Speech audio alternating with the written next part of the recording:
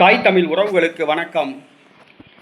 விடுதலை சிறுத்தை கட்சி ஜெயிக்கக்கூடாது, தமிழ்நாடு முதலமைச்சர் உத்தரவு என்ற தலைப்பில் இந்த காணொளியை காண்கிறோம். ஏறத்தாழ 10 ஆண்டு காலமாக திமுக கூட்டணியில் விடுதலை சிறுத்தை கட்சி உள்ளது.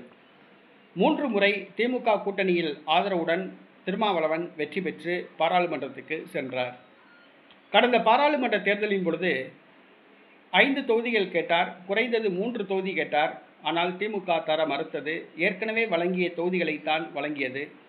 வேறு வழியில்லாமல் அதிருப்தியுடன் போட்டியிட்டார். வருகிற சட்டசபை தேர்தலில் ஒரு 25 தொகுதிகள் கேட்போம், 10 தொகுதிகளாவது கிடைக்கும் என நம்பிக்கையுடன் விடுதலை சிறுத்தை கட்சி தலைவர் தொல் திருமாவளவன் திமுகவுக்கு முட்டு கொடுத்து வந்தார். திமுக அரசை கண்மூடித்தனமாக ஆதரித்தார். பாரதிய ஜனதா கட்சியை கண்மூடித்தனமாக விமர்சித்து வந்தார். மேலும் அதிமுகவுக்கு அறிவுரை கூறி வந்தார்.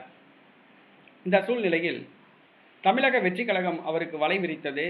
ஆனால் திமுக கூட்டணியில் இருந்தால் கூடுதல் தொகுதிகள் பெறலாம் என நம்பினார். ஆட்சியில் பங்கு, அதிகாரத்தில் பங்கு என்ற கோஷத்தை வைத்தார். திமுக கண்டுகொள்ளவில்லை.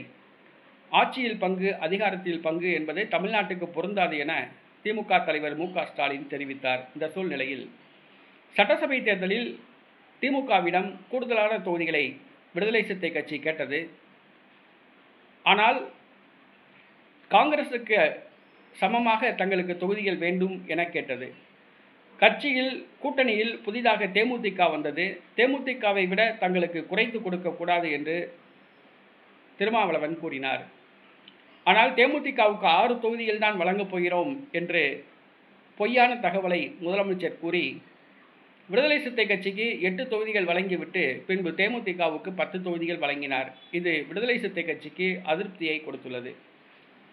திருமாவளவன் காட்டுமன்னார் கோயில் தொகுதியில் போட்டியிடப் போவதாக அறிவித்தார். ஆனால் திமுகவோ திருமாவளவன் போட்டியிடக்கூடாது, அப்படி போட்டியிட்டால் தேர்தல் நிதி வழங்கப்படாது என அறிவித்தது. இதனால் அதிருப்தியுற்ற திருமாவளவன் போட்டியிலிருந்து விலகிக் கொண்டார். இந்த சூழ்நிலையில் விடுதலை சிறுத்தை கட்சிக்கும் திமுகவுக்கும் சரியான புரிதல் இல்லாத ஒரு சூழ்நிலை உள்ளது. திமுக வேட்பாளர்கள் போட்டியிடுகின்ற தொகுதியில் விடுதலை சிறுத்தை கட்சியினர் வேலை பார்ப்பார்களா?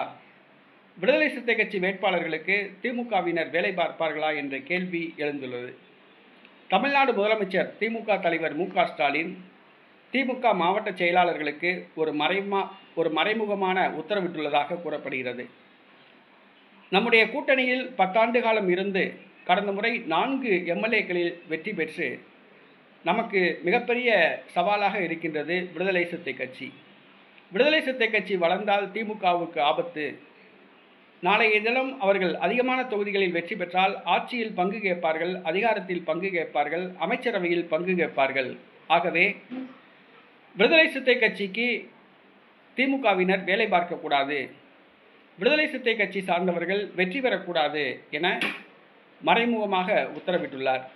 எதிர்க்கட்சியினர் கூட வெற்றி பெறட்டும், ஆனால் விடுதலை சிறுத்தை கட்சி தொண்டர்கள், விடுதலை சிறுத்தை கட்சி வேட்பாளர்கள் வெற்றி பெறக்கூடாது, ஒரு தொகுதியில் கூட விசிக வேட்பாளர்கள் வெற்றி பெறக்கூடாது என மு.க. ஸ்டாலின் கட்டளையிட்டுள்ளதாக கூறப்படுகிறது.